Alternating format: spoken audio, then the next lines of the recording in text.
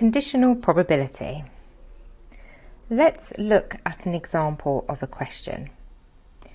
There are 6 red pens and 4 green pens in a box. And we are going to take 2 pens at random. What is the probability of picking 2 pens of the same colour?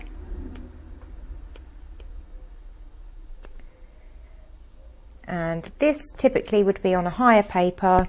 It would be about 4 marks and it would be towards the middle or back of the paper. So firstly, what is conditional probability? Conditional probability is where the probability of one event will impact the probability of the next event. So therefore the probability of a certain event will change due to the first event that has happened. In this example, we have got 6 red pens and 4 green pens. Now let's list our outcomes first. So there are 2 different methods to tackle this question.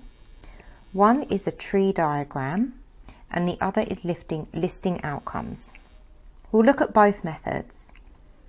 The reason why I like to list outcomes as it uses the correct language in terms of the and or rule, and listing outcomes can be applied when you're doing something more than twice.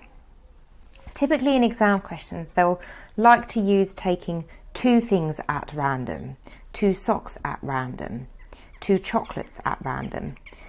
But occasionally they might ask you to do something 3 times or 4 times, and that makes it very difficult to use a tree diagram in that sense. So listing outcomes is a great way. So we are taking 2 pens of the same colour. The possible outcomes could be you take a red pen first and then you take a green pen. Or, 2 pens of the same colour. You could take a red pen first and then a red pen, or you could take a green pen and then a green pen. So these are the only possible outcomes that could happen for you to take 2 pens of the same colour. Now to substitute in our probabilities, let's draw a tree diagram so we can see what happens. So red pen, green pen, red pen, green pen, red pen, green pen. So our first tree is the first pick. So what you take first from your box, and then the next branches are the second pick. So you've got 6 red pens and 4 green pens in a box. The probability of taking a red pen out first is 6 out of 10 because there are 10 pens in total. Taking a green pen is 4 out of 10. Now if we're following this branch and then we're taking a red pen next, we've got to bear in mind you have already taken 1 red pen from the box. You are left with 5 red pens and you have taken a pen from the box, so you are left with 9 pens in total. The probability of taking a green pen at this point, you haven't touched the number of green pens, that's 4 pens, out of a total of 9 pens. Then we look at our green pen option. You take a green pen first, you haven't touched the number of red pens, so you have 6 red pens as you started with originally, out of 9. And then we've taken our green pen, so that is then 3 green pens left out of a total of 9. Because we have listed our outcomes and we know that we are doing the probability of a red, follow the branch, 6 out of 10, and then another red, and means to times 5 out of 9. Plus is or, green, 4 out of 10, and another green, 3 out of 9. Using our fractions rules, or you can use a calculator, we times straight across. That's 30 out of 90 plus 12 out of 90, giving us a final answer of 42 out of 90. Don't need to simplify, as it doesn't ask us to. I would suggest leaving probabilities in terms of fractions as opposed to decimals.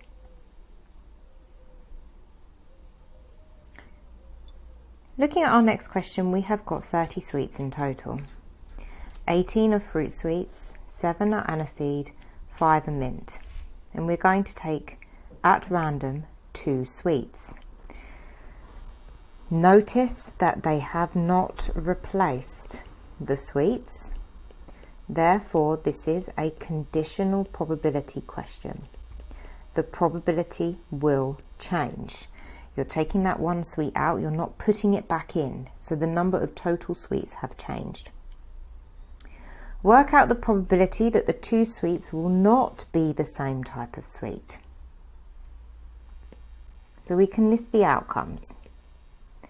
Not the same type, so that means we could have fruit and aniseed, or fruit and mint, or aniseed and fruit, or aniseed and mint, or mint and fruit, or mint and aniseed.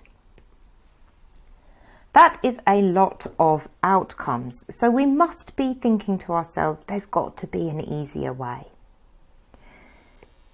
The probability of something not happening, so the probability of them not being the same type of sweet, is 1 minus the probability that they are the same type of sweet.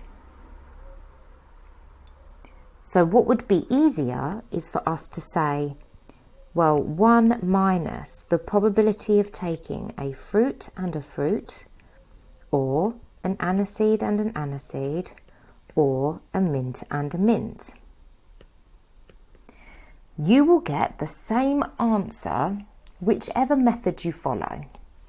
If you worked this out and your final answer, you would get the same answer as if you did this. I'm going to do this method because it's less working out.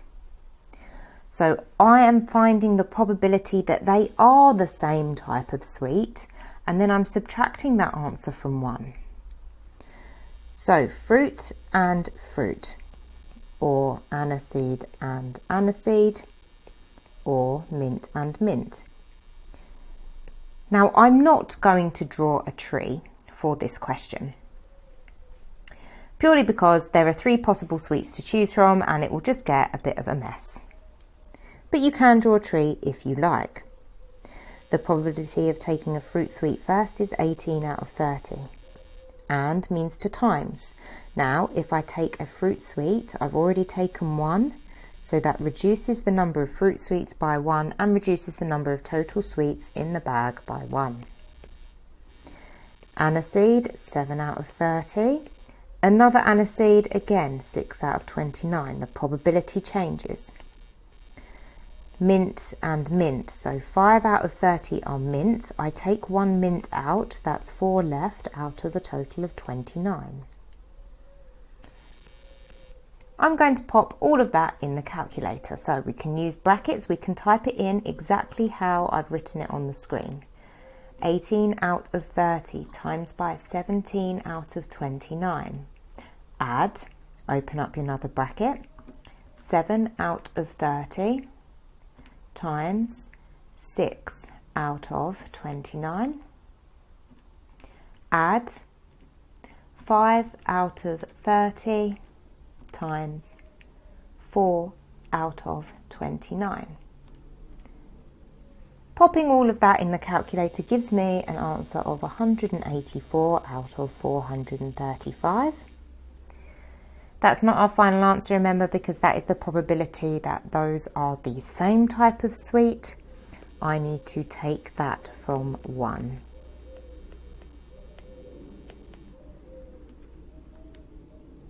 Taking that from 1 gives me 251 out of 435. Again, this question would be second part of a higher paper.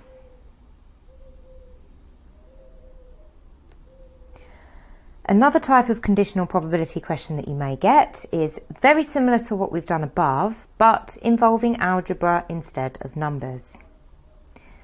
if you get a question with probability in terms of algebra, I want you to imagine that instead of x, perhaps it's 6 and you know what the number is. And then think of the maths that we do if you knew the number. There are 10 pens in the box.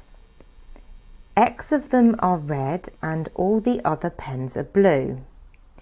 Now, if I said to you there are 6 pens in the box, you've got 10 pens in total, how many pens are blue?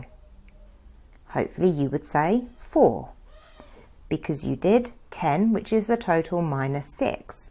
So I follow the same steps. I'm doing 10 minus x, because that's how many are red. Jack takes at random 2 pens from the box. So we're taking 2 pens. We're taking a red, blue, or we're going in again. Now he's not replacing, which means it's a conditional probability question and the probabilities will change.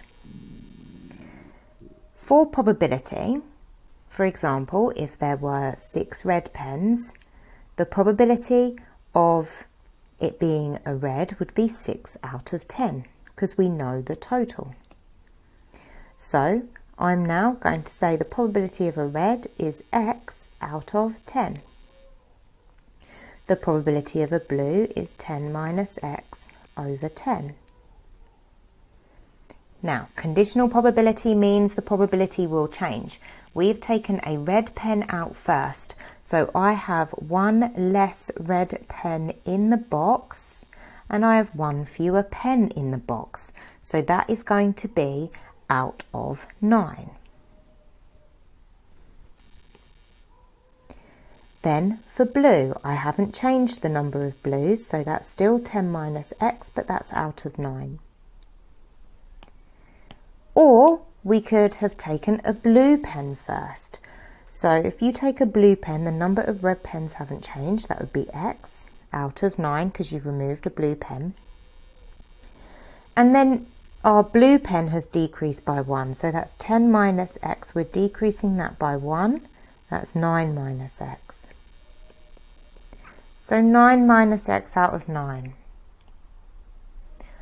Now we've got the probabilities, we want to find an expression in terms of x for the probability that Jack takes 1 pen of each colour. List those outcomes. He could take a red and a blue, or he could have taken a blue and a red. So follow the branches. Red, x over 10, and then a blue times 10 minus x over 9. Or, so we add blue first, 10 minus x over 10, times then a red, x over 9. You might want to use brackets if you can, so we could write that as 10 times 10 minus x. It just helps with expanding. So that's 10x minus x squared over 90. And same here, we can use our brackets, so that's x times 10 minus x. So what we've got is 10x minus x squared over 90. We want to add those together. 10x minus x squared, add 10x minus x squared, both over 90. Remember, with fractions, your denominators will remain the same. That's 10x plus 10x, which is 20x, minus x squared plus minus x squared. So minus x squared plus minus x squared is minus 2x squared.